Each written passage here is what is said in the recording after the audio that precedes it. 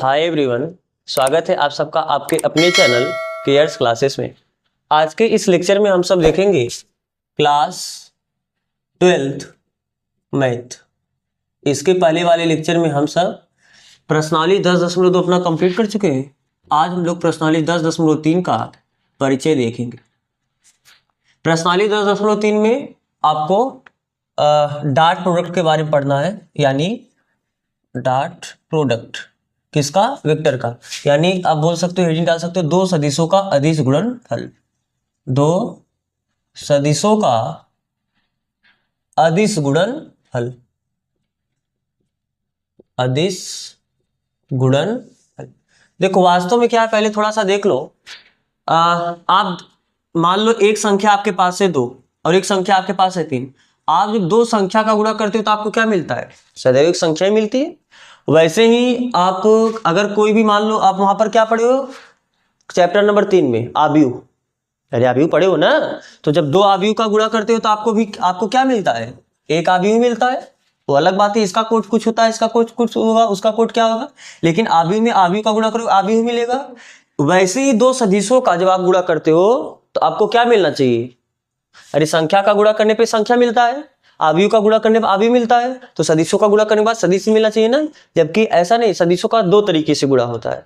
आप दो सदिश का यानी दो वेक्टर, मान लो एक वेक्टर ए है और एक वेक्टर बी है, आप इन दोनों वेक्टर का गुणा करो तो जो आपको रिजल्ट मिलेगा वह रिजल्ट आपका अदिश भी हो सकता है। और आप अगर दो वेक्टर का गुणा करो और गुणा करने के बाद जो रिजल्ट आए वो रिजल्ट आपका सदिश भी हो सकता है। तो यानी हम सदिशों का दो तरह से गुणा कर सकते हैं। कितने तरीके से? दो तरीके से। जो इस तरीके का गुणा होता है इसको हम बोलते हैं डॉट प्रोडक्ट, और इसे दर्शाते हैं ऐसे, vector A dot vector B. तो vector A dot vector B जब करोगे तो आपको जो रिजल्ट मिलेगा वो एक नंबर मिलेगा। नंबर मिलने का मतलब आपको एक अदिश मिलेगा। अरे नंबर के पास दिशा तो नहीं होता ना, फिर वो अदिश ही हुआ। और जब दो वेक्टर का आप इस तरीके से क्रॉस प्रोडक्ट करते हो यानी सदिश गुणनफल करते हो तो आपको जो रिजल्ट मिलेगा वो क्या मिलेगा? ये सदिश। तो इसको बोलते हैं दो सदिशों का अदिश गुणनफल, और इस प्रकार के गुणनफल को बोलते हैं दो सदिशों का सदिश गुणनफल ना।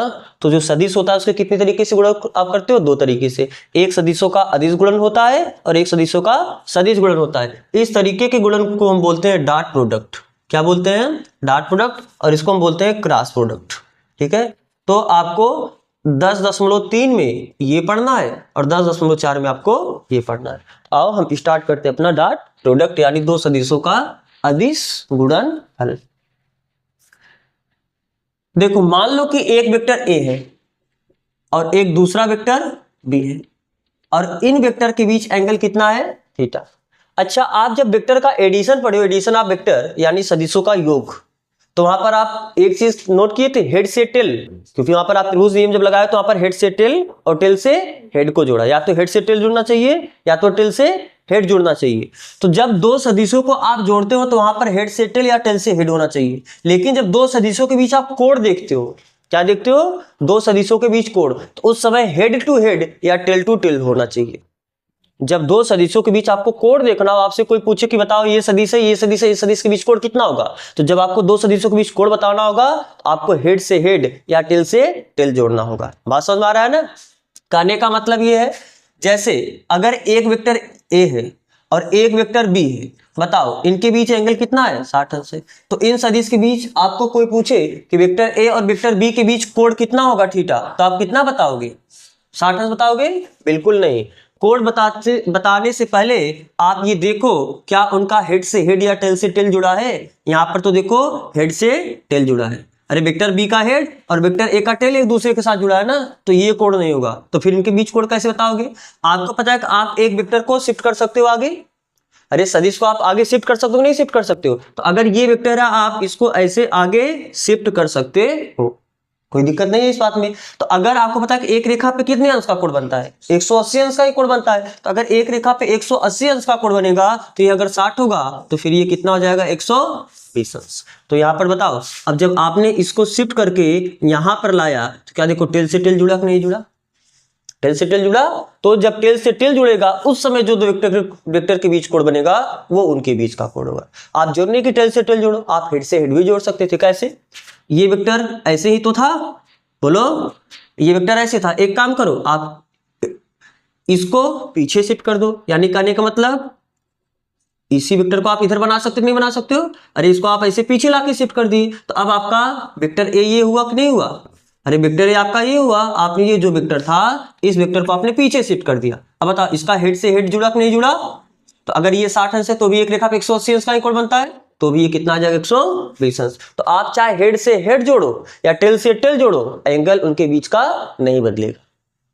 ठीक है, आप कहीं वैसे अलग से नोट करके लिख सकते हो, अगर आपको ना याद हो नोट करके आप लिख सकते हो ऐसे कि दो सदिशों के बीच कोण बताने के लिए हम क्या करते हैं, हेड टू हेड या टेल टू टेल रखते। ठीक है, और इस इतना लिखने के बाद आप ये एग्जांपल दो, हम इसे फिर से बना दे रहे हैं। जैसे एक वेक्टर ये है ए और एक वेक्टर ये है बी, इनके बीच एंगल कितना है 60। तो हम दो केस कर रहे हैं, एक बार हेड से हेड जोड़ दे रहे हैं और एक बार टेल से टेल। आप इसी के जस्ट नीचे ना ये बनाना, आप हम इसे मिटाते हैं, जहां तक लिखो इसी के जस्ट नीचे आप ये फिगर बनाना एग्जाम्पल करके। अब बताओ जैसे ये आपका पहला वेक्टर था, हमने इस वेक्टर बी को, अरे वेक्टर बी आपका ऐसा ही था ना, हमने इसको शिफ्ट करके किधर ला दिया नीचे, अरे वेक्टर बी को नीचे ला दिया। आपको इस लाइन के बीच एंगल 60 अंश दिया था, तो फिर ये एंगल कितना आ जाएगा 120 अंश। ये आपका था वेक्टर ए और ये आपका है वेक्टर बी, तो यहाँ पर ये जो एंगल है दो वेक्टर के बीच का, ये कितना आ जाएगा 120 अंश। यहाँ पर आपने टेल से टेल जोड़ा है। अब हम हेड से हेड का केस बनाते हैं, तो हेड से हेड का केस बनाने के लिए वेक्टर बी को हम ऐसे रखते हैं, बस ये जो वेक्टर ए है इसको हम किधर शिफ्ट कर देते हैं, पीछे। अरे पहले वेक्टर ए ऐसे था, हमने इसको शिफ्ट कर दिया कहाँ, किधर, पीछे। आपको ये कोण दिया था 60 अंश, लेकिन हमको दो सदिशों के बीच कोण चाहिए, और जब दो सदिशों के बीच कोण पूछेगा तो आपको हेड से हेड या टेल से टेल रखना होगा। तो अगर ये 60 अंश होगा तो फिर ये कितना होगा 120 अंश। ये आपका वेक्टर बी था और ये आपका वेक्टर ए है। यहाँ पर थीटा बराबर कितना आपको मिला 120 अंश। तो उसके नीचे आप ये कॉपी कर लो, तो आप इससे काफी कर चुके होंगे। अब आप बात करते हैं दो सदिशों के अदिश गुणनफल पे। जैसे मान लो कि एक सदिश आपका है वेक्टर ए और एक सदिश आपका है वेक्टर बी, और इन दोनों सदिशों के बीच एंगल कितना है थीटा। तो क्या थीटा को हम इसका एंगल बोल सकते हैं कि नहीं बोल सकते हैं? अरे बताओ, टेल से टेल जुड़ा है कि नहीं जुड़ा है? तो यस, ये ही आपका जो थीटा होगा यही दो सदिशों के बीच का क्या होगा, कोण होगा। तो अगर जब दो सदिशों के बीच कोण मान लो थीटा है, तो इनका जो अदिश गुणनफल होता है उसे हम vector A dot vector B से निरूपित करेंगे। अरे निरूपित करने मतलब रिप्रेजेंट कैसे करोगे, ऐसे। और इसको व्यक्त कैसे करोगे, ए वेक्टर ए का परिमाण वेक्टर बी का परिमाण इनटू कॉस थीटा। या हम इसे ऐसे भी लिख सकते हैं, कैसे, vector A dot vector B बराबर वेक्टर ए के परिमाण को हम केवल ए से भी दर्शा देते हैं।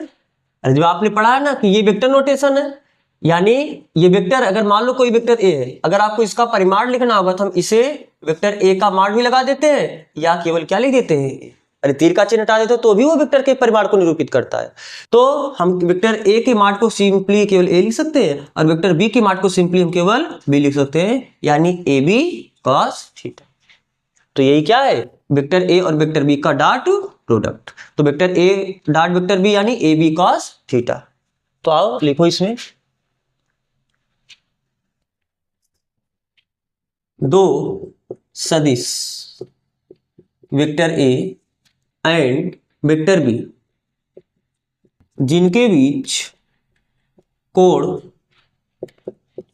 थीटा हो, तो उनके अदिश गुणनफल को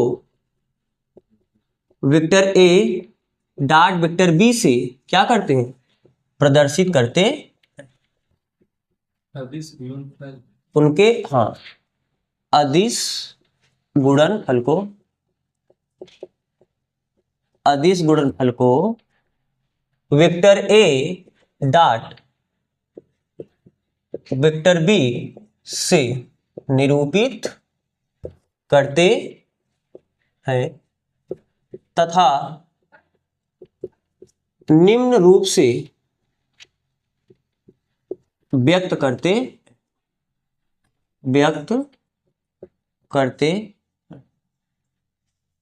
कैसे, vector A dot vector B बराबर वेक्टर ए का परिमाण वेक्टर बी का परिमाण इनटू कॉस थीटा, या इसे हम ऐसे भी लिख सकते हैं, vector A dot vector B बराबर ए बी कॉस थीटा। समझ में आ रहा है बात ना? अगर दो सदिश वेक्टर ए और वेक्टर बी है जिनके बीच कोण थीटा हो तो उनके अदिश गुणनफल को vector A dot vector B से निरूपित करते हैं। और व्यक्त कैसे करते हैं? निम्न रूप से, यानी इस तरह से, vector A dot vector B बराबर mod of vector A mod of vector B cos theta, या ए बी कॉस थीटा। समझ में आ रहा है ना? तो पहले आप इसे कॉपी करो, फिर हम इसके आगे बढ़े। अब देखो, अब इनमें कुछ केस है, जैसे मान लो कि अगर इनके बीच एंगल कितना हो जाए? 0। केस फर्स्ट, आप केस बना के लिख सकते हो, स्थिति फर्स्ट, यदि थीटा बराबर कितना हो? 0 अंश। अगर दो सदिशों के बीच कोण कितना हो? 0 अंश हो, तब vector A dot vector B कितना हो जाएगा? बोलो, ए बी कॉस थीटा, और थीटा का कितना लिखे हो? 0, यानी vector A dot vector B ये किसके बराबर हो जाएगा? ए बी के। और इस केस में vector A dot vector B ये क्या होता है? मैक्सिमम, क्योंकि cos थीटा का मैक्सिमम एक ही होता है ना, और कब? जब 0 अंश। अरे cos का मान 0 अंश में ही तो मैक्सिमम होता है, तो vector A dot vector B का कौन सा केस है? मैक्सिमम केस है। और आपको पता है कि जब केस सेकेंड, यदि थीटा बराबर कितना हो? 180 अंश। 180 अंश होने का मतलब उस केस में बताओ vector A dot vector B कितना हो जाएगा? ए बी cos 180 अंश, और cos 180 अंश का वैल्यू कितना होगा? -1, यानी इस केस में vector A dot vector B ये कितना हो जाएगा? -ab, यानी इस केस में vector A dot vector B क्या होता है? मिनिमम, सबसे न्यूनतम। तो vector A dot vector B का मैक्सिमम वैल्यू होता है ab, और उसका मिनिमम वैल्यू होता है -ab। ठीक। केस थर्ड, जब 90 अंश एंगल हो, और ये आपके लिए सबसे इंपॉर्टेंट हो, यदि वेक्टर ए, अच्छा यहां पर और हम ये भी मान के चल रहे हैं, ध्यान सुनो, ऐसे लिखना, यदि vector A dot vector A and vector B दो शून्येतर सदिश हो, शून्येतर सदिश होने का मतलब शून्य के अलावा, यानी ये 0 वेक्टर नहीं है। इस बात का मतलब क्या है? वेक्टर ए 0 वेक्टर नहीं है, और वेक्टर बी भी, ये भी 0 वेक्टर नहीं है, यानी दोनों सदिश जब 0 वेक्टर नहीं है। और उस स्थिति में शून्येतर सदिशों तथा थीटा बराबर कितना हो? 90 अंश। उस केस में बताओ vector A dot vector B कितना हो जाएगा? Vector A dot vector B होता क्या है? वेक्टर ए का परिमाण वेक्टर बी का परिमाण इंटू cos थीटा, और थीटा की जगह कितना है? 90 अंश। वेक्टर ए को हम केवल ए भी लिख सकते हैं, वेक्टर बी को हम केवल बी लिख सकते हैं, और cos 90 वैल्यू होता कितना है? 0। तो इस स्थिति में vector A dot vector B बराबर कितना आया? 0। यानी इस बात का मतलब समझना, अगर कभी भी आपको सिद्ध करना हो कि थीटा 90 होने का मतलब क्या है? दोनों वेक्टर एक दूसरे के लंबवत हो। अगर आपको कभी ये सिद्ध करने को बोल दे कि सिद्ध कीजिए कि वेक्टर ए तथा वेक्टर बी एक दूसरे के लंबवत हैं, तो आप क्या सिद्ध करोगे? उनका डॉट प्रोडक्ट क्या है? 0। बात समझ में आ रहा है ना? तो दो शून्येतर सदिश के लिए याद रखना, दो शून्येतर सदिश के लिए vector A dot vector B ये 0 होता है। 0 वेक्टर लिखे, केवल 0 लिखे, केवल 0 लिखे ना। अरे भैया, डॉट प्रोडक्ट करने के बाद सदिश नहीं आता है, अदिश आता है। अगर डॉट प्रोडक्ट करने के बाद सदिश आता है तो हम 0 ना लिख के 0 वेक्टर लिखते। देखो यहाँ पर वेक्टर ए 0 नहीं लिखे, 0 वेक्टर लिखे, क्योंकि सदिश को सदिश से तुलना करोगे। लेकिन जब सदिश का डॉट प्रोडक्ट लेते हो तो फाइनली रिजल्ट आपका एक अदिश आता है, एक नंबर आता है। तो अगर vector A dot vector B बराबर 0 है, ये तभी संभव है जब उनके बीच का एंगल क्या हो? 90 अंश। उनके बीच का एंगल 90 होने का मतलब आप ये बोल सकते हो क्या? वेक्टर ए ये परपेंडिकुलर हो वेक्टर बी के। यानी अगर दो वेक्टर का डॉट प्रोडक्ट 0 है, इस बात का मतलब क्या है? वो दोनों एक दूसरे के परपेंडिकुलर है। और अगर दो वेक्टर एक दूसरे के परपेंडिकुलर है, इस बात का मतलब क्या? उनका डॉट प्रोडक्ट कितना होगा? इसीलिए हमने यहाँ पर द्विधा तात्पर्य का चिन्ह लगाया है। द्विधा तात्पर्य का मतलब ये होगा तो ये होगा, ये होगा तो ये होगा, ये इसको इंप्लाइज करेगा, ये इसको इंप्लाइज करेगा। लेकिन शर्त है ए और बी कैसा होना चाहिए? शून्येतर। यहाँ पर केस थर्ड में एकदम ऊपर हम लिख दिए ना, वेक्टर ए और वेक्टर बी क्या है? शून्येतर सदिश, यानी ये दोनों 0 ना हो। क्योंकि अगर 0 हो गए तब, अगर वेक्टर ए और वेक्टर बी में से कोई एक शून्य सदिश हो गया तब, तो उनके बीच का एंगल 0 ना हो तो भी वो एक दूसरे क्या हो जाएंगे? परपेंडिकुलर हो जाएंगे। क्या हो जाएंगे? सॉरी, उनके बीच का उनका डॉट प्रोडक्ट क्या हो जाएगा? 0। जैसे केस हम एग्जांपल लेते हैं, केवल समझने के लिए लिखना नहीं है। यदि वेक्टर ए ये किसके बराबर हो जाए? 0 वेक्टर के, और मान लो वेक्टर बी कुछ है, वेक्टर बी कुछ है, तो उस केस में vector A dot vector B निकालो, क्योंकि vector A dot vector B होता क्या है? A B cos theta. अगर वेक्टर ए जीरो वेक्टर यानी उसका परिमाण भी जीरो हो गया तो इसका परिमाण कितना आ जाएगा, जीरो। अब आगे कुछ भी हो तो जीरो का गुणा करोगे तो जीरो ही आ जाएगा ना। तो जब अगर एक वेक्टर जीरो हो जाएगा फिर उनके बीच, आप दोनों वेक्टर के बीच एंगल डिफाइन ही नहीं कर पाओगे। अरे यहाँ पर cos थीटा, थीटा क्या होता है, दो सदिशों के बीच कोण होता है ना। तो अगर एक भी वेक्टर जीरो हुआ, क्योंकि आपको पता है शून्य सदिश का कोई दिशा होता है क्या, शून्य सदिश का कोई निश्चित दिशा नहीं होता है। जब एक सदिश हो और दूसरा सदिश हो तब तो उनके बीच कोण कितना है बता पाओगे। अब एक सदिश मान लो ये जीरो वेक्टर है क्या, ये जीरो वेक्टर नहीं है। अरे जीरो वेक्टर होता तो इतना बड़ा हम लाइन थोड़ा खींचते, जीरो वेक्टर का परिमाण जीरो होता है ना। तो अब दूसरा सदिश जीरो वेक्टर है, मान लो आपका ये वेक्टर ए है और दूसरा वेक्टर आपका क्या है, जीरो वेक्टर। जीरो वेक्टर उसका डायरेक्शन किधर ले, इधर ले, इधर ले, इधर ले, इधर ले, कुछ भी नहीं, डायरेक्शन फिक्स है। जब दूसरे वेक्टर का डायरेक्शन फिक्स ही नहीं है तो दोनों वेक्टर के बीच एंगल कैसे डिफाइन कर पाओगे। और जब दोनों वेक्टर के बीच एंगल डिफाइन ही नहीं कर पाओगे, जब थीटा डिफाइन ही नहीं कर पाए तो उनका डॉट प्रोडक्ट बताने का कोई फिर मतलब ही नहीं रहेगा। बात समझ में आया कि नहीं समझ आया। तो जब हम बात करेंगे उनका डॉट प्रोडक्ट जीरो होने का, डॉट प्रोडक्ट जीरो होने का मतलब क्या बात करेंगे, दोनों सदिश कैसा होना चाहिए, दोनों में से कोई भी शून्येतर सदिश नहीं होना चाहिए। तो मतलब दोनों में से कोई शून्य सदिश नहीं होना चाहिए, दोनों का दोनों शून्येतर होना चाहिए। इस बात का मतलब समझ पा रहे हो ना। अगर दोनों शून्येतर नहीं हुआ, शून्येतर का मतलब शून्य से इतर, शून्य के अलावा, शून्य सदिश के अलावा सदिश होना चाहिए। शून्येतर का मतलब समझ पा रहे हो ना। शून्येतर का मतलब ये दोनों शून्य के अलावा, शून्येतर का मतलब शून्य के अलावा होगा। तो यानी ये भी शून्य सदिश ना हो, ये भी शून्य सदिश ना हो, यानी दोनों का दोनों कोई ऐसा वेक्टर हो जिसका कुछ न कुछ परिमाण आपको मिले। समझ में आ रहा है बात ना। अगर दोनों में से कोई भी एक शून्य सदिश हो गया तब फिर उनके डॉट प्रोडक्ट का कोई औचित्य ही नहीं रह जाएगा। क्यों? क्योंकि अगर एक वेक्टर शून्य सदिश नहीं है लेकिन दूसरा अगर शून्य हो गया तो फिर दूसरा का पहले के साथ एंगल कैसे बताओ, क्योंकि शून्य सदिश का कोई डायरेक्शन ही नहीं होगा। और जब उनका कोई निश्चित डायरेक्शन होगा तब तो उनके बीच कोण बताओगे। तो जब इस दूसरे वेक्टर का ये भी डायरेक्शन कोई निश्चित डायरेक्शन ही नहीं है तो वेक्टर एक साथ उसका एंगल ही नहीं बता पाओगे। और जब थीटा ही नहीं बता पाओगे दो सदिशों के बीच का, फिर उनके डॉट प्रोडक्ट को परिभाषित करने का कोई मतलब ही नहीं है। तो आप इस बात को याद रखना, जब हम बात करेंगे उनके डॉट प्रोडक्ट जीरो होने का या उनके परपेंडिकुलर होने का, उस केस में दोनों का मतलब क्या है, दोनों वेक्टर शून्येतर होने चाहिए, यानी शून्य के अलावा कोई सदिश होना चाहिए, अर्थात उनका कुछ न कुछ परिमाण होना चाहिए। तो ये तीनों केस समझ में आ रहा है ना। तो आपको ये सबसे इंपॉर्टेंट है, आपको सिद्ध करने के लिए बोलेगा क्या कि सिद्ध कीजिए कि ये दोनों वेक्टर परपेंडिकुलर है। तो सबसे पहले हम चेक करेंगे क्या पहला वेक्टर तो जीरो नहीं है या दूसरा वेक्टर तो जीरो नहीं है। जब दोनों वेक्टर जीरो नहीं होगा तब अगर उनका डॉट प्रोडक्ट जीरो आ गया, इस बात का मतलब क्या है कि दोनों एक दूसरे क्या हो गए, परपेंडिकुलर। तो दो वेक्टर परपेंडिकुलर दिखाने का मतलब उनके डॉट प्रोडक्ट को जीरो दिखाना। अगर उनके डॉट प्रोडक्ट को आपने जीरो दिखा पाया यानी उस दोनों एक वेक्टर एक दूसरे के परपेंडिकुलर। ठीक है, तो आप इस बात को भी लिख लें। आप ये कॉपी करो फिर हम इसके आगे देखें।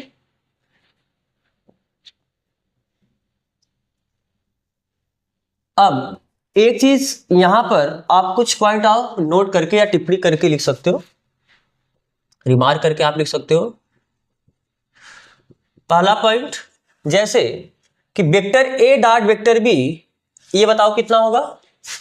अरे ए बी cos थीटा, जहां ए क्या है, ए का परिमाण, बी क्या है, बी का परिमाण। अच्छा vector B dot vector A बताओ कितना होगा। क्या ये बी ए cos थीटा होगा। अब बी क्या है, वेक्टर बी का परिमाण, ए क्या है, वेक्टर ए का परिमाण। किसी वेक्टर का परिमाण एक संख्या होता है, वेक्टर का परिमाण एक संख्या होता है। तो आप दो में चाहे तीन का गुणा करो चाहे तीन में दो का गुणा करो, बात ये भी छाएगा ये भी छाएगा। तो यानी बी एक नंबर है। नंबर क्यों बोल रहे हैं, क्योंकि ये वेक्टर बी का परिमाण है और किसी भी वेक्टर का परिमाण एक संख्या ही तो होता है। और वेक्टर ए ये भी क्या है, सॉरी जो केवल हम ए लिखें, ये वेक्टर ए का परिमाण है तो ये भी एक संख्या है। तो चाहे एक संख्या में दूसरे संख्या का गुणा करो या दूसरी संख्या में आप पहले संख्या का गुणा करो, बात तो एक ही होगा। यानी जहां बी ए है हम इसको क्या ए बी cos थीटा लिख सकते हैं कि नहीं लिख सकते। अरे बोलो, क्रमभिन्न में आपका जो संख्याओं का गुणनफल होता है क्रमभिन्न में नियम का पालन करता है, क्रमभिन्न में प्रगुण का पालन करता है। तो हम बी ए को ए बी भी लिख सकते हैं। तो क्या ये भी ए बी cos थीटा, ये भी ए बी cos थीटा है, यानी वेक्टर ए डॉट बी ये बराबर हो गए वेक्टर बी डॉट ए के। अगर हम इसे एक मान लें और इसे हम दो मान लें तो आप एक और दो से क्या बता सकते हो, एक और दो से vector A dot vector B ये बराबर होता है vector B dot vector A के। इस बात का मतलब क्या है कि दो सदिशों का जो डॉट प्रोडक्ट होता है यानी अदिश गुणनफल होता है वो क्रम विनिमय प्रगुण का भी पालन करता है। चाहे आप ए का बी के साथ डांट लो चाहे आप बी का ए के साथ डांट लो, दोनों का बात क्या होगा, समान होगा, एक ही चीज होगा। लिख दे इस लैंग्वेज को कि समझ पा रहे, इतना आप इतना समझ पा रहे होगे ना कि दो सदिशों का अदिश गुणनफल लिखना है तो लिख लो दिस, अर्थात दो सदिशों का कैसा गुणनफल, सदिश की अदिश, डाट है तो अदिश होगा, दो सदिशों का अदिश गुणनफल, गुणनफल किस नियम का, किस प्रगुण का पालन करता है, क्रम विनिमेय, क्रम विनिमेय प्रगुण का पालन करता है, प्रगुण का पालन करता है। ठीक, अच्छा ये आपका पहला हुआ। दूसरा, ये डिस्ट्रीब्यूशन लॉ को भी फॉलो करता है, यानी वितरण प्रगुण को भी पालन करता है, वितरण प्रगुण का भी पालन करता है। वितरण प्रगुण का मतलब, जैसे अगर vector A dot vector B plus vector C है, इस बात का मतलब क्या हुआ, यहां पर क्या है, देखो दो सदिश को जोड़ा है, vector B plus vector C का मतलब दो सदिश का योग, और इनका वेक्टर ए के साथ डॉट प्रोडक्ट, ये डॉट प्रोडक्ट है ना, गुणा मत बोलना, इसे सिंपल डॉट प्रोडक्ट बोलना। जब यहाँ पर वेक्टर के बीच में ये डॉट आ जाए तो आप इसे गुणा सिंपली मत बोलना, इसे क्या बोलना, डॉट प्रोडक्ट। तो इसका इसके साथ डॉट प्रोडक्ट ले सकते हो, यानी vector A dot vector B plus फिर vector A dot vector C, यानी इसका इसके भी साथ डॉट प्रोडक्ट हो जाएगा और फिर इसका इसके साथ भी डॉट प्रोडक्ट हो जाएगा। इसी को बोलते हैं वितरण प्रगुण। क्या बोलते हैं, ये आपका क्या है, वितरण प्रगुण। वितरण प्रगुण का मतलब, देखो ये इस पे भी बटा और ये इस पे भी बटा, समझने के लिए आप ऐसे समझ सकते हो। जैसे वहां पर आप देखते हो ना, 2 गुणे 3 प्लस 4, या तो इसे कैसे लिख सकते हो, 2 गुणे 3 प्लस 2 गुणे 4, ऐसे ही तो करते हो, इसका गुणा इसमें करते हो, इसका गुणा इसमें करते हो, यानी जो गुणा है वो योग पर वितरित हो जाता है। जो गुणा है वो, अरे दो गुणे ही तो है, तो ये गुणा योग पर किस वितरित हुआ, यानी इसका इसके साथ गुणा होगा, इसका इसके साथ गुणा होगा। तो सेम वही चीज यहाँ पर है कि अगर दो वेक्टर मतलब 3 वेक्टर इस तरीके से है, तो जो वेक्टर का डॉट प्रोडक्ट होता है वो वेक्टर के एडिशन पर डिस्ट्रीब्यूट हो जाता है, बट जाता है। बात समझ आ रहा है ना। तो आपके लिए इस बात को याद रखना, कभी अगर आपको ऐसे मिले vector A dot vector B plus C, तो हम इसको लिख सकते हैं vector A dot B plus vector A dot C, कोई दिक्कत नहीं यहाँ पर। आप ये इतना पहले कॉपी करो, फिर भी इसके आगे का पॉइंट लिखे। तो आप इसे कॉपी कर चुके होंगे। अब तीसरा पॉइंट इसमें लिख लो,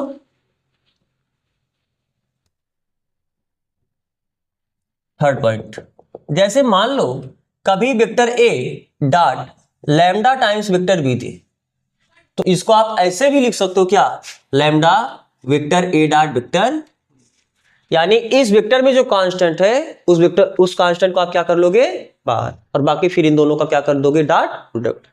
बात समझ आ रहा है ना, उससे कोई फर्क नहीं पड़ेगा।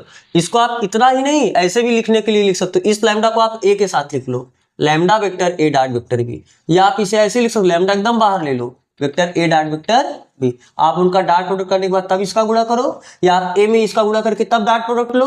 अच्छा ये बताओ, अगर वेक्टर ए में आपने लैम्डा का गुणा किया तब अब क्या ये वेक्टर रह जाएगा, बोलो। अगर कोई एक वेक्टर ए है, इसमें आपने लैम्डा, लैम्डा यहां पर क्या है, कोई एक अचर है, शून्य के अलावा कोई एक क्या है, अचर है। तो अगर इस लैम्डा में सॉरी इस वेक्टर ए में आप एक लैम्डा यानी शून्येतर अचर का, शून्येतर संख्या का गुणा करोगे, तो क्या अभी ये पूरा वेक्टर रह जाएगा गुणा करने के बाद, यस वेक्टर ही रहेगा। अरे आपने पढ़ा है एक सदिश में अदिश का गुणनफल, इसके जस्ट पहले वाले प्रश्न में पढ़ा है ना, सदिशों का, हम यहाँ पर क्या पढ़े, सदिशों का गुणनफल, यानी सदिश का सदिश से गुणा करना है।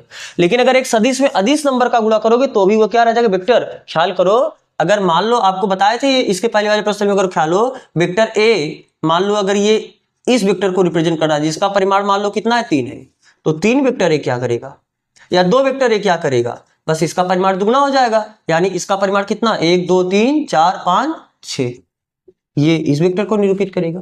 तो आपने जब एक किसी वेक्टर में एक नंबर का गुणा किया तो भी अभी वो वेक्टर है, उसका डायरेक्शन सेम है, बस उसका परिमाण डबल हो जाएगा, ट्रिपल हो जाएगा, जितने का गुणा करोगे उतना गुना उसका परिमाण हो जाएगा। बात समझ में आ रहा है, नहीं समझ में आ रहा है। अगर किसी वेक्टर में किसी शून्येतर संख्या का हम गुणा करते हैं तो गुणा करने के बाद भी एक वेक्टर ही रहता है, ठीक है। तो वही बात है, यहां लैम्डा क्या है, वही शून्येतर संख्या आप लिख सकते हो, जहां लैम्डा एक क्या है, शून्येतर संख्या, ठीक। अब चौथा पॉइंट, तब आप ये बताओ, अभी आपने क्या आई कैप जे कैप के कैप देखा, अरे आई कैप जे कैप के कैप देखे हो ना, तो बताओ ठीक, आई कैप के साथ डॉट प्रोडक्ट बताओ, आई कैप का जे कैप के साथ डॉट प्रोडक्ट बताओ, आई कैप का के कैप के साथ डॉट प्रोडक्ट बताओ। अभी लिखना मत, हम इसको एक बार भी फाइनली केवल करके लिखेंगे, पहले आप बताओ कितना होता है। फिर जे कैप का आई कैप के साथ, फिर जे कैप के साथ, फिर जे कैप का के कैप के साथ, फिर के कैप का आई कैप के साथ, के कैप का जे कैप के साथ, के कैप का के कैप के साथ। इनका बताओ डॉट प्रोडक्ट क्या आएगा। क्या ये दोनों आई कैप जे कैप के कैप ये वेक्टर है कि नहीं है? अरे ये यूनिट वेक्टर है तो वेक्टर ही, बस ऐसा सदिश है जिसका परिमाण कितना हो, एक हो। अरे आई कैप जे कैप के कैप है क्या? एक्स अक्ष के दिशा में, वाई एक्स की दिशा में, जेड अक्ष की दिशा में मात्र सदिश ही तो है तो सदिश ही, बस ऐसा सदिश है कि इनका परिमाण कितना हो, एक। तो अभी आपने देखा क्या कि vector A dot vector B ये होता क्या है, ए बी कॉस थीटा, यानी पहले सदिश का परिमाण इंटू दूसरे सदिश का परिमाण इंटू उनके बीच के एंगल का कोज्या। अरे cos थीटा मतलब उनके बीच जो कोण बन रहा है उसका cos वैल्यू, ये तो होता है vector A dot vector B. तो उस हिसाब से बताओ vector A dot vector B का मतलब A B cos theta, A यानी पहले का परिमाण, तो आई कैप का परिमाण कितना है, एक। जे कैप यहाँ पर भी आई कैप है, पहले हम सब में क्या करें, पहले वेक्टर का परिमाण लिख रहे हैं, तो आई कैप का परिमाण कितना होगा, अरे यूनिट वेक्टर है ना, यूनिट वेक्टर होने के बाद इसका परिमाण एक होना, तो हम डायरेक्ट इसका परिमाण लिख रहे हैं एक, इसका परिमाण कितना है एक, सभी वेक्टर का परिमाण कितना होगा, एक ही होगा ना, ये इसका हुआ, ये इसका हुआ, ये इसका हुआ, ये इसका हुआ, ठीक। अब फिर बी लिखना है, बी यानी दूसरे वेक्टर का परिमाण, तो दूसरा वेक्टर आई कैप जे कैप के कैप आई कैप जे कैप के कैप आई कैप जे कैप के कैप, यही तो है, इनका भी परिमाण एक ही होगा, यानी इसका भी परिमाण कितना, गुणे एक गुणे एक गुणे एक गुणे एक गुणे एक, आप यही तो लिखोगे। अब क्या लिखना है आपको, cos थीटा, cos थीटा यानी दोनों वेक्टर के बीच जो कोण बन रहा है उस कोण का cos वैल्यू, तो यानी आपको सब में क्या लिखना है, cos ना, सब में आपको क्या लेके चलना है, cos। अब बताओ थीटा, आई कैप और आई कैप के बीच कोण कितना होगा, जीरो। अरे दो, अगर कोई एक सदिश है फिर उसी सदिश के साथ जो कोण होगा वो कितना हो जाएगा, तो आई कैप एक्स अक्ष की दिशा में होगा, ये जो दूसरा आई कैप है ये भी तो एक्स अक्ष की दिशा में होगा, जब दोनों वेक्टर एक ही दिशा में उनके बीच एंगल कितना हो जाएगा, यानी cos जीरो, कोई दिक्कत। अब आई कैप जे कैप, आई कैप क्या होता है, एक्स अक्ष की दिशा में मात्र सदिश है, जे कैप वाई एक्सिस की दिशा में मात्र सदिश है, आई कैप का डायरेक्शन ये है, जे कैप का डायरेक्शन ये है, तो इनके बीच एंगल कितना हुआ, 90, तो यानी कितना आ जाएगा, cos 90। आई कैप के कैप के बीच एंगल कितना होगा, ये भी 90, क्योंकि आई कैप जे कैप के कैप यानी x axis y axis z axis तीनों एक दूसरे परपेंडिकुलर होते हैं, तो इनके बीच भी एंगल कितना हो जाएगा, 90। जे कैप आई कैप के बीच भी एंगल 90, जे कैप से 0, जे कैप के कैप का 90, के कैप जे कैप आई कैप का 90, के कैप जे कैप का 90 और के कैप का 0। तो बताओ cos जीरो की वैल्यू होता कितना है, एक, तो एक गुणे एक ही करोगे, cos 90 की वैल्यू कितना होता है, जीरो, जीरो का गुणा हुआ पूरा जीरो, ये भी जीरो, फिर ये भी जीरो, लेकिन cos जीरो वैल्यू एक मिलके एक आ जाएगा, ये भी जीरो, अरे cos 90 की वैल्यू जीरो, जीरो में गुणा करो पूरा जीरो, तो ये भी जीरो और ये कितना आ जाएगा, एक। कहने का मतलब यहाँ पर क्या है, देखो एक एक एक कब आया, जब के कैप है, जब जे कैप है और जब आई कैप है, यानी जब सेम वेक्टर है उनका डॉट प्रोडक्ट कितना आया है, एक आया है, लेकिन दोनों यूनिट वेक्टर होना चाहिए। यानी आप इसका समरी क्या आपको लिखना है कि आई कैप डॉट आई कैप या जे कैप डॉट जे कैप हो या के कैप डॉट के कैप हो, ये तीनों वैल्यू कितना मिला, एक। लेकिन अगर ये अलग होगा, अलग होने का मतलब आई कैप का डॉट जे कैप के साथ डॉट प्रोडक्ट लो या आई कैप का के कैप के साथ लो, या जे कैप का, क्योंकि आई का आई के साथ तो ले चुके हो, आई का जे के साथ यहां पर हुआ, आई का के साथ यहां पर हुआ, फिर जे का जे के साथ, अब जे का पहले आई के साथ लो, जे का जे के साथ तो है ही, और जे का के कैप के साथ, समझ में आ रहा है ये चीज ना, के कैप, उसी का आगे आप लिखना बराबर के कैप का पहले आई कैप के साथ लिखोगे, फिर के कैप का जे कैप के साथ लिखोगे, और के कैप का तो के कैप के साथ हो ही चुका है, ये क्या आएगा, जीरो। यानी जब अलग अलग रहेगा तो जीरो, और जब एक हो जाएगा तो ये कितना हो जाएगा, एक। समझ आ रहा है ये चीज ना, आप ये याद रखना। तो आप इसे लिख चुके होंगे। अब हम देखते हैं इसका फिफ्थ पॉइंट पे, यानी अगर कभी भी आपको जो वेक्टर दिया है वह वेक्टर आई कैप जे कैप के कैप के फॉर्म में दिया, जैसे अगर आपको ये दिया कि ठीक है भैया एक आपका सदिश ए है, इसका परिमाण 5 है, एक आपका सदिश वेक्टर बी है, इसका परिमाण मान लो 10, इनके बीच का एंगल 30 अंश है, तो आप इसका डॉट प्रोडक्ट बता सकते हो। Vector A dot vector B बराबर क्या होगा, ए का परिमाण आपको कितना दिया है 5, बी का परिमाण आपको कितना दिया है 10, और उनके बीच का एंगल कितना है 30 अंश। तो cos 30 आप हल करके vector A dot vector B बता सकते हो। लेकिन ये कौन सा पॉइंट था, पांचवा था, तो आप इसे छठवां पॉइंट बनाना। अगर कभी आपको ये ना दिया हो इस प्रकार से, आपको इस प्रकार से दिया हो, लेकिन वेक्टर ए बराबर मान लो a1 i cap plus a2 j cap plus a3 k cap, और वेक्टर बी बराबर आपको इस तरीके से दिया हो b1 i cap plus b2 j cap plus b3 k cap. कहने का मतलब वेक्टर ए बराबर कुछ ऐसा दिया है 2i cap plus 3j cap plus 4k cap. Vector B बराबर आपको ऐसा दिया है 3i cap minus 2j cap plus 5k cap. अब आपसे पूछे कि बताओ आप इसका डॉट प्रोडक्ट क्या होगा, तो ए का परिमाण, तो क्योंकि डॉट प्रोडक्ट फार्मूला होता है ए बी का थीटा, तो आप वेक्टर ए का तो परिमाण बता सकते हो अंडर रूट इतने का स्क्वायर इतने का स्क्वायर इतने का स्क्वायर। वेक्टर बी क्या होता है बी का परिमाण, तो बी का भी परिमाण आप इतने का स्क्वायर इतने का स्क्वायर इतने का स्क्वायर का अंडर रूट लेके बता सकते हो। लेकिन उनके बीच एंगल कैसे बताओगे, क्या आप इस तरीके से, अगर आपको वेक्टर ए और वेक्टर बी दिया तो आप इनके बीच कोण कितना है बता सकते हो, तो इनके बीच तो तब कोण तो नहीं बता पाओगे। अरे बोलो कैसे बताओगे इनके बीच का कोण, अभी आप जितना पढ़े हो इस हिसाब से आपको जब सदिश बना के देगा तब आप उसके बीच कुछ कोण, हेड टेल हेड ये सब जोड़ के बता सकते हो। लेकिन इस तरीके से दिया तो आप इनके बीच कोण नहीं बता सकते। फिर उनका डॉट प्रोडक्ट कैसे निकालेंगे, इस तरीके के वेक्टर का डॉट प्रोडक्ट, तो देखो ये इसी फॉर्म में है कि नहीं है, तो जब इस फॉर्म में होगा तब हम इनका डॉट प्रोडक्ट कैसे निकालेंगे, आपको ये सीखना। अब ध्यान से देखते कैसे, तो हमें क्या चाहिए vector A dot vector B. पहले आप इसका पूरा डिटेल मेथड देखो फिर इसका डायरेक्ट आप देखोगे। तो वेक्टर ए है कितना a1 i cap plus a2 j cap plus a3 k cap.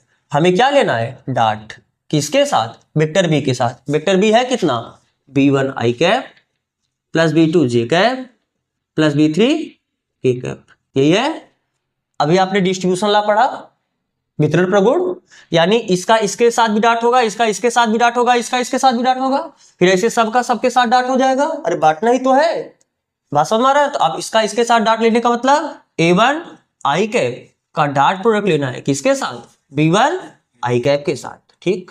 फिर a1 बोलते चलो a1 i कैप का डॉट प्रोडक्ट लेना है b2 j कैप के साथ, फिर a1 i कैप का डॉट प्रोडक्ट लेना है b3 k कैप के साथ, फिर a2 j कैप का डॉट प्रोडक्ट लेना है।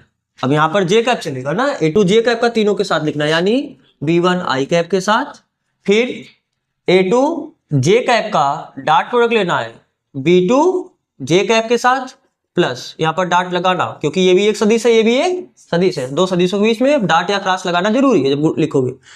तो कितना हुआ, फिर a2 j कैप का डॉट प्रोडक्ट लेना है b3 k कैप के साथ, फिर अब a3 का सबके साथ लो, a3 i कैप का डॉट प्रोडक्ट लेना है b1 i कैप के साथ, सॉरी i कैप के साथ, प्लस a3 i कैप का डॉट प्रोडक्ट लेना है b2 j कैप के साथ, फिर a3 i कैप का डॉट प्रोडक्ट लेना है b3 k कैप के साथ, ठीक है।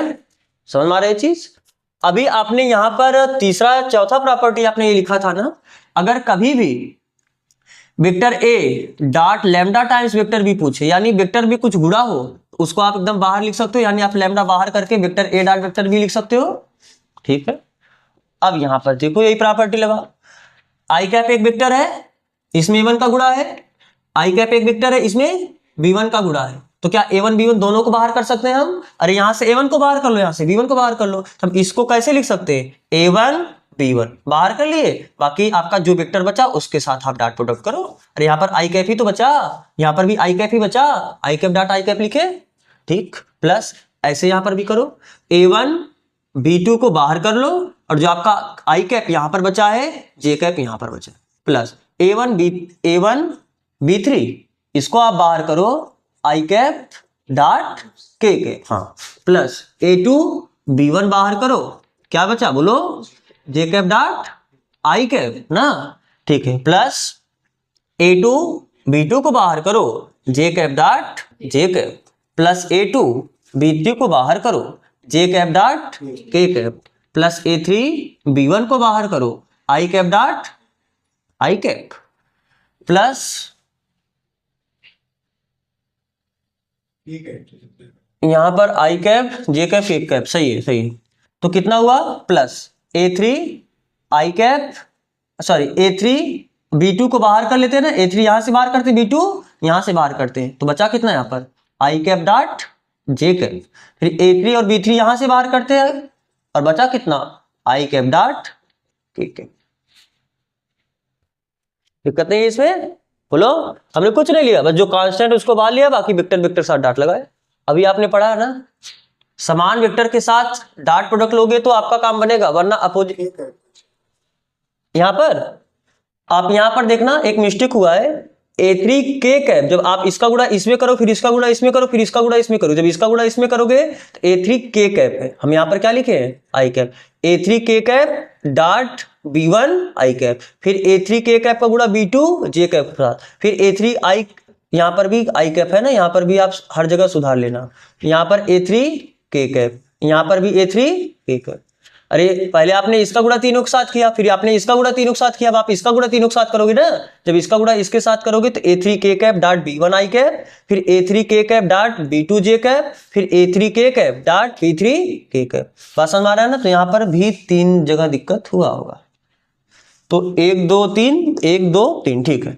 अब बताओ इसका करोगे तो A3 और B1 बाहर करोगे, A3 और B1 बाहर लो, तो बचा कितना के कैप डॉट आई कैप, और यहां से A3 और B2 को बाहर करोगे, A3 B2 को बाहर करोगे के कैप डॉट जे कैप, और यहां से आप A3 B3 को बाहर करोगे के कैप डॉट के कैप। और अभी आपने जस्ट इसके पहले वाले पॉइंट में देखा है आई कैप डॉट आई कैप, ये कितना होगा 1, लेकिन जब अलग होगा तो कितना आ जाएगा, ये भी कितना आ जाएगा 0, ये भी कितना हो जाएगा 0। देखो जे कैप डॉट जे कैप, ये कितना आ जाएगा 1, ये कितना आ जाएगा 0, ये भी कितना हो जाएगा 0, अलग अलग है तो 0 होता है ना, और ये कितना हो जाएगा 1। यानी फाइनली जब 1 में गुणा करोगे बचेगा कितना A1 B1, और यहाँ पर और कहाँ एक बचा, यहाँ पर, यानी A2 B2, और एक यहाँ पर बचा यानी A3 B3। तो ये आपका क्या हुआ vector A dot vector B। कहने का मतलब आप डायरेक्ट याद रखो ना, देखो A1 B1 हुआ, प्लस लगा दिए, फिर A2 B2, फिर प्लस का प्लस में गुणा करो प्लस आया A3 B3।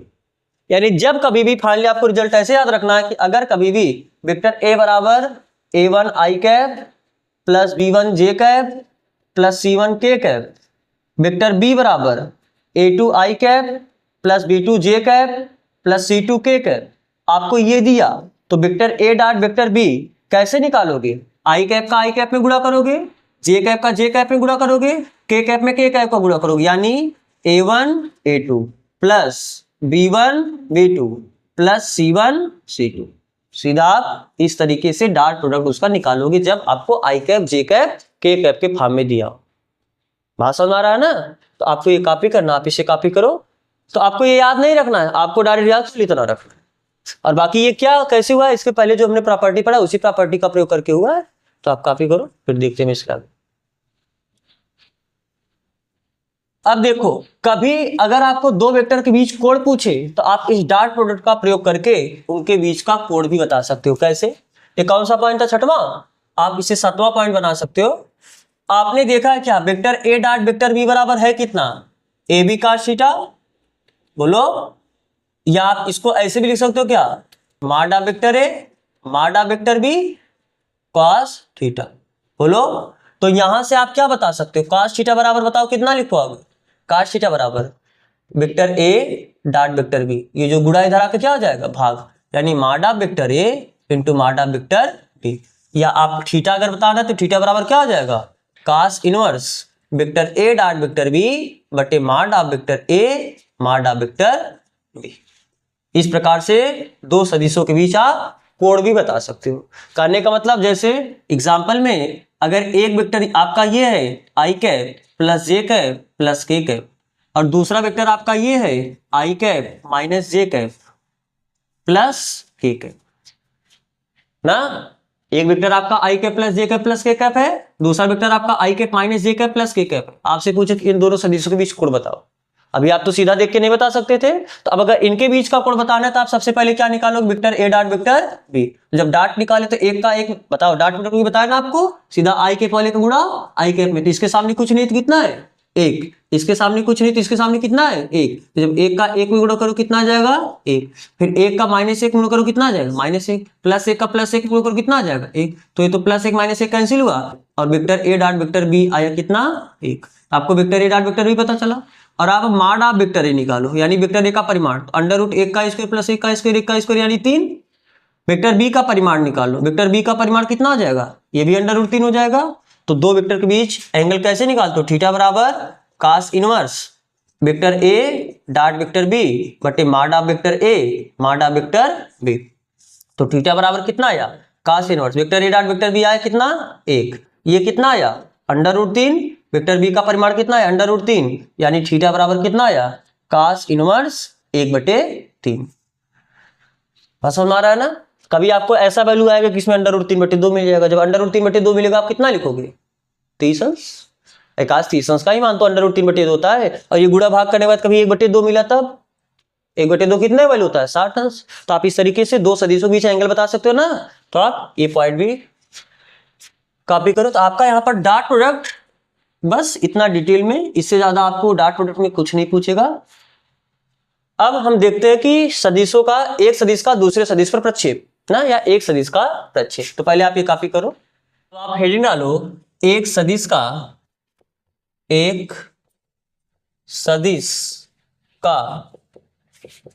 किसी रेखा पर प्रक्षेप, projection of vector on a line. जैसे मान लो यह कोई एक क्या है सदिश है, इस सदिश को चलो हम बोल देते हैं वेक्टर ए, और आपका ये क्या है एक रेखा है ना, मान लो ये दिष्ट रेखा है। कैसा रेखा है, दिष्ट रेखा होने का मतलब इस रेखा का पास अपना कोई एक डायरेक्शन है और यह जो क्या नाम से आपका वेक्टर है, यह वेक्टर इस लाइन के साथ थीटा कोण बनाता है। तो ये सदिश का इस रेखा पर प्रक्षेप का मतलब क्या है, अगर आप ऊपर से एक हॉरिजॉन्टल मतलब वर्टिकल इस तरीके से आप लाइट ड्रॉप करो या लाइट भेजो तो इसका इस पे कितना प्रक्षेप का मतलब परछाई, प्रक्षेप का मतलब आप ऐसे समझ सकते हो परछाई। तो इस वेक्टर का जो वेक्टर आपका ए है इसका इस पे जब आप सीधा करोगे तो यही परछाई बनेगा कि नहीं बनेगा, यानी इतना, और इतना ही पार्ट तो इसका परछाई बनेगा इस वेक्टर का इस लाइन पे। तो किसी सदिश का किसी रेखा पर जो परछाई बनेगा यही बोला जाएगा उस सदिश का इस रेखा पर प्रक्षेप। अरे सीधा बोलो उस सदिश का इस रेखा पर परछाई, परछाई ना बोल के हम क्या बोल देंगे प्रक्षेप। बात समझ में आ रहा है ना। तो यानी और ये होगा कितना, आप क्लास 11th में रिजोल्यूशन ऑफ वेक्टर पढ़े होगे, सदिशों का वियोजन, और नहीं पढ़े तो आप यहाँ पर भी इतना आप जानते हो कि जैसे मान लो आपका अगर ये कोई वेक्टर है, अगर यह वेक्टर इसके साथ थीटा कोण बना रहा है, जैसे मान लो आपका ये वेक्टर ए है, तो इस वेक्टर का दो घटक होता है, एक हॉरिजॉन्टल घटक होता है और एक वर्टिकल घटक होता है। अरे आपने क्या नाम से वो पढ़ा है ना, वैद्युत द्विध्रुव के निरक्षीय स्थिति पर वैद्युत क्षेत्र की तीव्रता, तो वहां पर आप अदिश और सदिश दोनों घटक की योग नहीं कि मतलब इसका क्षैतिज और ऊर्ध्वाधर घटक की योग नहीं की हो। तो जो सटा वाला एंगल होता है, जैसे अगर ये वेक्टर इस एक्स के साथ थीटा एंगल बना रहा है और ये एंगल इसके साथ सटा हुआ है, तो इसका इधर जो कंपोनेंट आता है वो क्या होता है cos थीटा, और इसका जो ये वाला कंपोनेंट होता है, चाहे आप ये कंपोनेंट बोलो चाहे आप ये क्योंकि ये दोनों क्या होगा बराबर होगा, तो ये जो लंबाई होगा ये कितना होता है a sin थीटा। बात क्या है। तो सेम वैसे अगर यह मान लो आपका वेक्टर ए है तो इसका इधर जो घटक आएगा ये घटक कितना आ जाएगा a cos थीटा। तो इसी a cos थीटा को हम क्या बोलेंगे, वेक्टर ए का लाइन एल पर क्या प्रक्षेप ना। तो आप लिख सकते हो, थोड़ा इसे आप लिख लो कि यदि, और जरूरी नहीं कि ये प्रक्षेप उसी लाइन की दिशा में आए, ये प्रक्षेप उस लाइन के विपरीत दिशा में, जैसे मान लो ये लाइन आपका एल है, इस लाइन का दिशा इधर है, आपका ये वेक्टर इधर है, ये जो आपका वेक्टर है कुछ इस तरीके से। अब अगर ये 90 से कम एंगल बनाएगा तो इसका प्रक्षेप कहाँ उसी डायरेक्शन मिलेगा, और अगर ये 90 से ज्यादा एंगल बनाएगा तब इसका आप परछाई लोगे तो आपको क्या इसका परछाई ये मिलेगा यहां तक, मतलब इतना परछाई मिलेगा कि नहीं मिलेगा, यानी उस लाइन के विपरीत दिशा में। वैल्यू अगर ये थीटा है तो ये भी परिमाण वाइज तो a cos थीटा ही होगा, क्योंकि अब ध्यान से देखो अगर ये एंगल थीटा है तो फिर ये कितना हो जाएगा, इतना एंगल बताओ कितना होगा।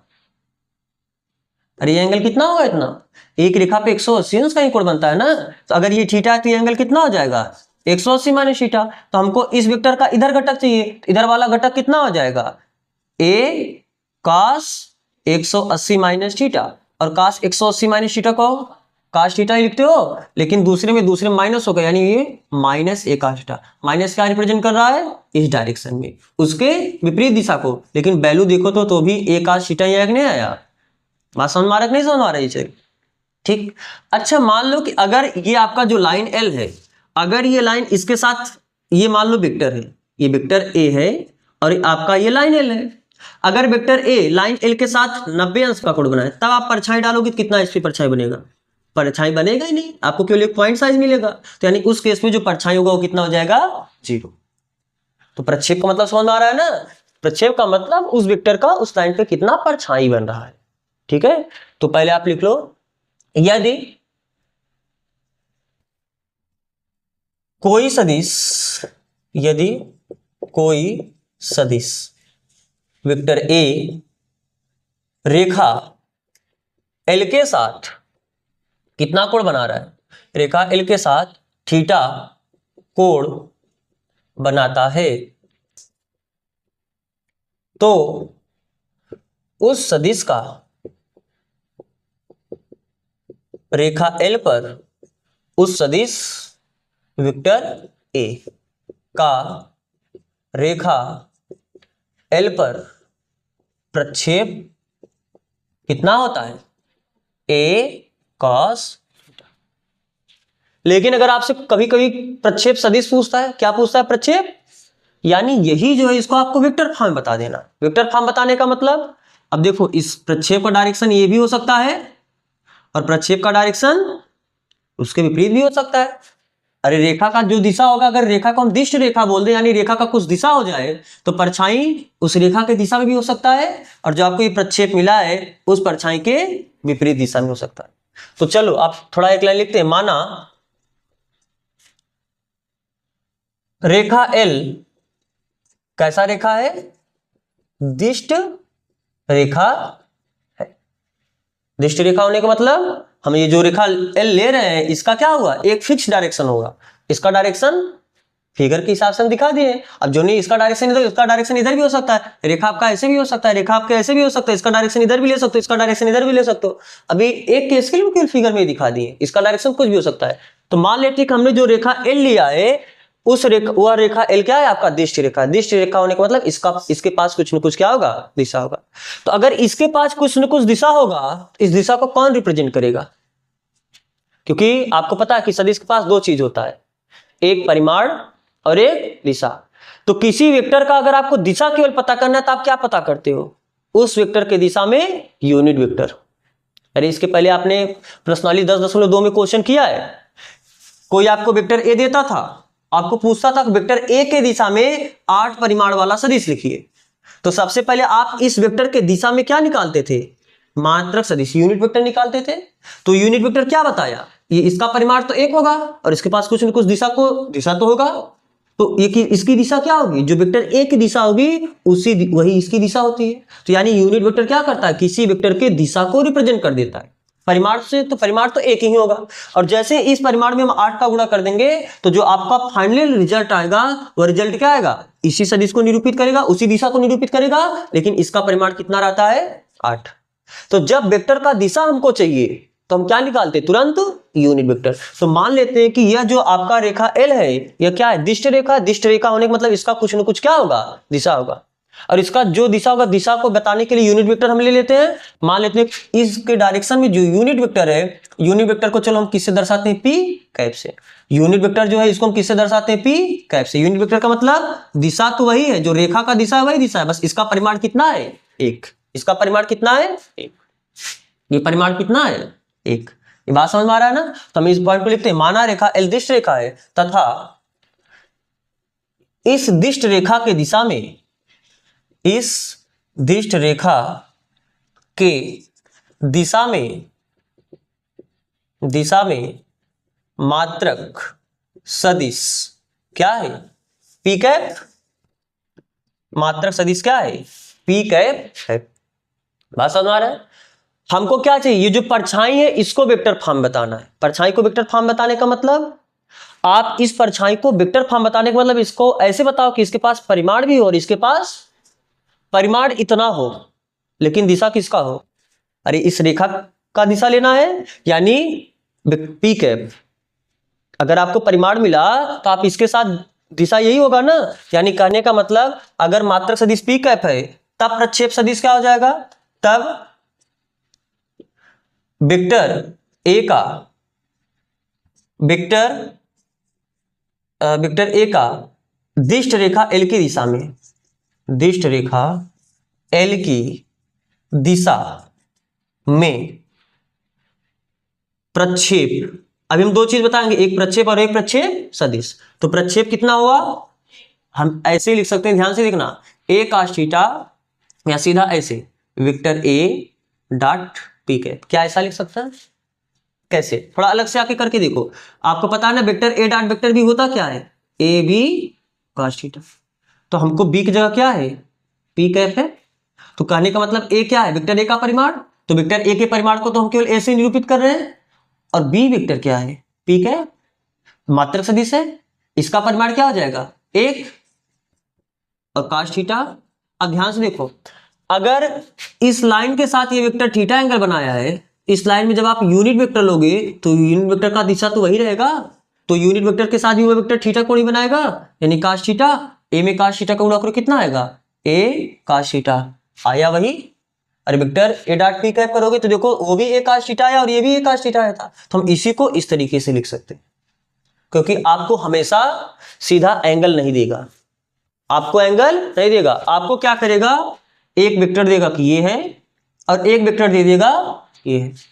ये वेक्टर देगा, चलो मान लो ठीक है, ये 2i cap 3j cap 4k cap, कुछ इस तरीके से ये वेक्टर है। और ये वेक्टर देगा i cap plus j cap plus k cap. अब आपको बोलेगा कि इस वेक्टर का इस वेक्टर के साथ प्रक्षेप बताओ, इनके बीच कोण नहीं दिया है, तब फिर आप cos थीटा निकालते रह जाओगे। उस केस में आप cos थीटा नहीं निकाल पाओगे ना। अरे जब भैया दोनों वेक्टर के बीच एंगल पता ही नहीं है आपको, तो फिर cos थीटा कैसे निकाल पाओगे? तब तो प्रक्षेप नहीं बता पाओगे। तो उस स्थिति में हम क्या करेंगे? हमको वेक्टर ए पता है, हम पी कैप निकालेंगे। पी कैप यानी ये, अगर मान लो यही आपको वेक्टर बी है तो वहां पर हम बी कैप निकालेंगे, ये वेक्टर सी है तो हम सी कैप निकालेंगे। ये पी कैप क्या है? जिस दिशा में हमको प्रक्षेप चाहिए उस दिशा, देखो आपने लिखा है किसी रेखा पर प्रक्षेप, यानी अगर ये बी हो जाएगा तो ये रेखा बी हो जाएगा, सी हो जाएगा। तो जिस रेखा पर प्रक्षेप चाहिए उस रेखा की दिशा में ये आपका वेक्टर है। तो हम यहाँ पर तुरंत क्या करेंगे? इस दिशा में क्या निकाल लेंगे? मात्रक सदिश। और किसी वेक्टर का मात्रक सदिश निकालना इसके पहले वाले प्रश्न में आपने सीखा है। अरे वेक्टर बी में उसी के परिमाण का भाग दो तो मात्रक सदिश हुआ, तो यानी इस दिशा में आपको मात्रक सदिश मिला। अब जब एक सदिश आपको पता है और इस दिशा में आपको मात्रक सदिश पता चला, तो क्या दो वेक्टर का डॉट प्रोडक्ट लेना अभी आपने पूरा इसके पहले सीखा ही है। तो तुरंत आप डॉट प्रोडक्ट निकाल के भी ए cos थीटा बता सकते।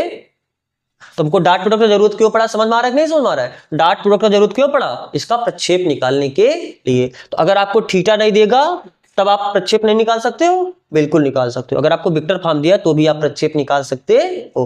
कैसे? सीधा वो वेक्टर लो और उसका डॉट प्रोडक्ट ले लो, किसके साथ? P cap. पी कैप यानी जिस दिशा में निकालना है उस दिशा में यूनिट वेक्टर के साथ। पहले आप ये फिगर बनाओ, थोड़ा हम आपको और समझाएं। अब आपको पता है कि दो वेक्टर का डॉट प्रोडक्ट प्लस भी आ सकता है और दो वेक्टर का डॉट प्रोडक्ट। अब देखो ये अपने आप प्लस और माइनस करके देगा। कैसे? अगर ये थीटा 90 से कम रहेगा तो ये प्लस करके देगा, यानी जब ये प्लस आएगा तो इस बात का मतलब क्या समझोगे? कि आपका कोण 90 अंश से कम है। और जब उनका डॉट प्रोडक्ट की और माइनस आ गया, इस बात का मतलब क्या है? फिर एंगल 90 से ज्यादा है। बात समझ में आ रहा है ना? तो फाइनली आप फिगर ये बना ली होगी इसके सामने, और इसके सामने आप ये फिगर बनाना। ध्यान से देखो, जैसे मान लो आपका ये वेक्टर ए है और मान लो ये आपका वेक्टर पी है, तो पी कैप इसी दिशा में क्या है? एक मात्रक सदिश है। अगर यहाँ पर वेक्टर बी देगा तो हम वेक्टर बी कैप निकालेंगे, वेक्टर सी देगा तो हम यहाँ पर सी कैप निकालेंगे। जो वेक्टर देगा उस वेक्टर का कैप निकालना, तब वेक्टर ए का उस वेक्टर के कैप के साथ डॉट प्रोडक्ट लोगे तो वही ये पी है, बी नहीं है ना, ये पी कैप है। तब ये जो डॉट प्रोडक्ट आएगा वो भी क्या आएगा? वेक्टर ए का वेक्टर पी पर प्रक्षेप। बात समझ में आ रहा है ना? और अगर इसी को सदिश रूप में बोलना हो तब, अभी ये क्या है? संख्या में आप बताओ, केवल वैल्यू। इसका जो प्रक्षेप आया, प्रक्षेप यानी परछाई, बस यहीं तक तो परछाई इसका बना था, और इसका परछाई यहीं पर बना था ना।